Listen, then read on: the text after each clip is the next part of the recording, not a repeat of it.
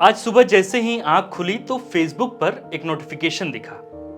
The fourth pillar के हमारे एक दर्शक ऋषभ आनंद ने फेसबुक पर अखबार की एक कटिंग साझा करते हुए हमें टैग किया था। ऋषभ ने हमें टैग कर अपने फेसबुक वॉल पर लिखा था कि अखबार द्वारा छापे गए इस महत्वपूर्ण खबर पर द फोर्थ पिलर की तरफ से भी एक विस्तृत वीडियो रिपोर्ट आनी चाहिए। फेसबुक पर शेयर की गई अखबार के उस कटिंग का हेडलाइन था कि झारखंड हाईकोर्ट ने पूछा, झारखंड में कैसे घुसपैठ कर रहे हैं बांग्लादेशी, रोकने के लिए क्या किया।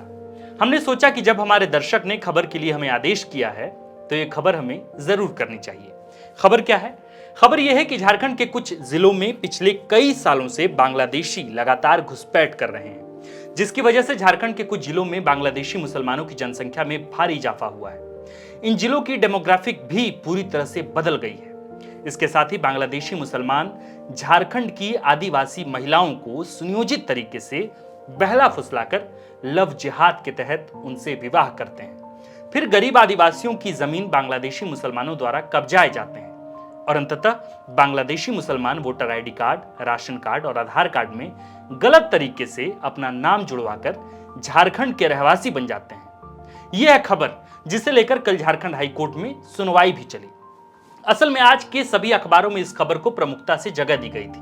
खबर में बताया गया कि बंगाल से सटे झारखंड के जिलों साहेबगंज, पाकुड़, जामताड़ा, गोड्डा और दुमका आदि जिलों में लंबे समय से बांग्लादेशी घुसपैठ कर रहे हैं। इसे लेकर कल झारखंड हाईकोर्ट में सुनवाई हुई। सुनवाई के दौरान झारखंड हाईकोर्ट ने केंद्रीय गृह मंत्रालय से पूछा कि किन परिस्थितियों में राज्य के सीमावर्ती क्षेत्रों में बांग्लादेशी घुसपैठ हो रही है और केंद्रीय गृह मंत्रालय ने इसको लेकर अब तक क्या कार्रवाई की है। झारखंड हाईकोर्ट ने केंद्रीय गृह मंत्रालय से 4 सप्ताह में जवाब दाखिल करने को कहा है। अब इस पूरे मामले की सुनवाई झारखंड हाईकोर्ट में 19 जून को होगी।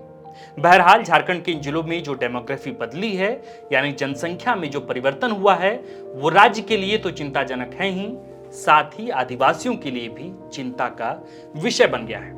याचिकाकर्ता डैनियल दानिश ने कल झारखंड हाईकोर्ट में सुनवाई के दौरान खंडपीठ को बताया कि संथाल परगना प्रमंडल के कई जिले बांग्लादेश से सटे हुए हैं और जिलों में बांग्लादेश के कई प्रतिबंधित संगठन सुनियोजित षड्यंत्र के तहत लगातार घुसपैठी करा रहे हैं। साथ ही आदिवासी लड़कियों से लव जिहाद के तहत उनसे शादी करते हैं और इसके साथ संपत्ति पर कब्जा करने की नीयत से आदिवासी महिला की हत्या करते हैं।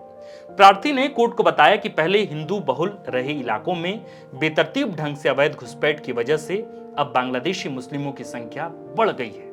प्रार्थी डैनियल दानिश ने कोर्ट को यह बताया कि साहेबगंज, पाकुड़, जामताड़ा, गोड्डा आदि जिलों में अचानक मदरसों की संख्या में भी भारी बढ़ोतरी हुई है। सीमा से सटे जिलों में बांग्लादेशी घुसपैठी आते हैं, इन्हीं मदरसों में पहले ठहराया जाता है, वहां पर उनके दस्तावेज तैयार किए जाते हैं। इसके बाद घुसपैठियों को कहां रहना है, कहां जाना है, यह सब कुछ उसी मदरसे में तय होता है और फिर इस पूरे षड्यंत्र को सुनियोजित तरीके से अंजाम दिया जाता है। इस पूरे मामले को सिर्फ बयानों से समझने के बजाय आंकड़ों से समझना आपके और हमारे लिए बेहद जरूरी है। आंकड़ों की बात करें तो प्रार्थी डैनियल दानिश ने कल जो रिपोर्ट झारखंड हाईकोर्ट के समक्ष प्रस्तुत की है, उसके मुताबिक मुख्यमंत्री हेमंत सोरेन के जिले साहेबगंज में करीब 47 नए मदरसे हाल के दिनों में स्थापित किए गए हैं। इनमें सबसे ज्यादा मदरसा झामुमो विधायक लोबिन हेम्ब्रम के क्षेत्र बोरियो प्रखंड में बना है। बहुत ऐसे दर्शक भी होंगे जिन्हें इन आंकड़ों पर संदेह होगा, तो इसलिए आंकड़ों पर विश्वसनीयता को बरकरार रखने के लिए अब हम कुछ आपको नए आंकड़े बताते हैं।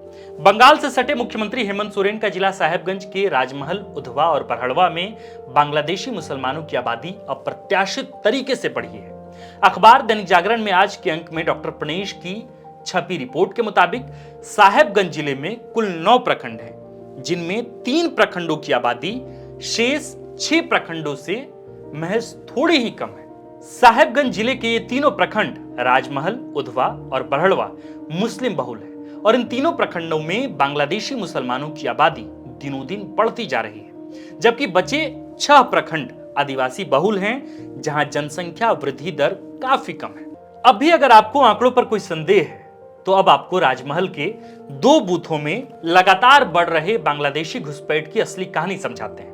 राजमहल विधानसभा क्षेत्र की बूथ संख्या 376। मतदान सूची के अनुसार साल 2015 में इस बूथ में कुल वोटरों की संख्या थी 1050।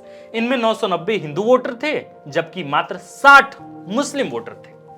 जब साल 2022 में इस बूथ की वोटर लिस्ट को दोबारा अपडेट किया गया तो पता चला कि हिंदू वोटरों की संख्या 990 से घटकर 663 हो गई है, जबकि मुस्लिम वोटरों की संख्या 60 से बढ़कर 150 हो गई है।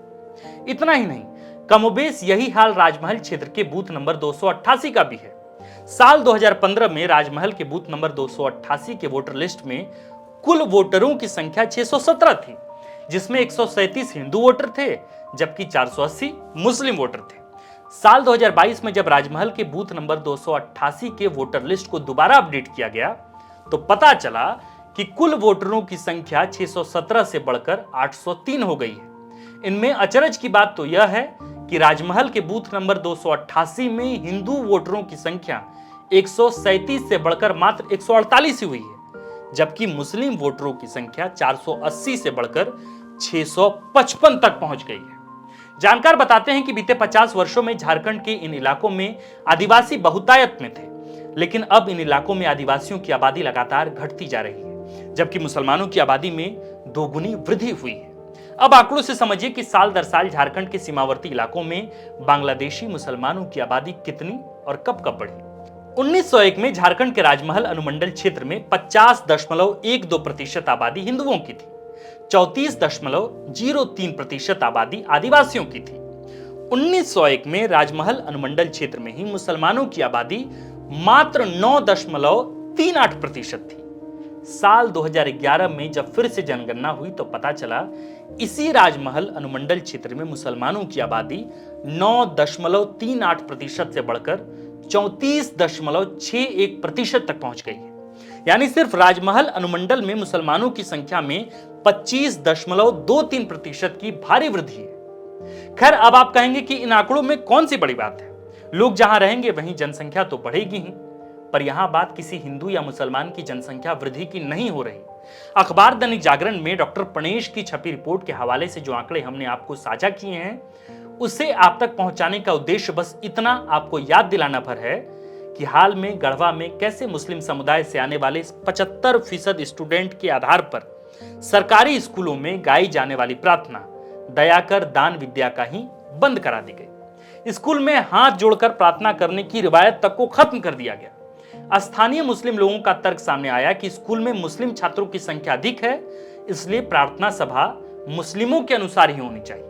यानी झारखंड के सीमावर्ती क्षेत्रों में बांग्लादेशी मुसलमानों की आबादी ऐसे ही दिनों दिन बढ़ती जाएगी और नतीजतन होगा ये कि दूसरे देश यानी बांग्लादेश से आए घुसपैठी अपने अनुसार सामाजिक व्यवस्था बहाल करेंगे। फिर यही बहुसंख्यक होकर अल्पसंख्यक आबादी की मान्यताओं को अपने अनुसार प्रभावित करेंगे। स्कूलों पर अपनी व्यवस्थाएं तामील की जाएगी।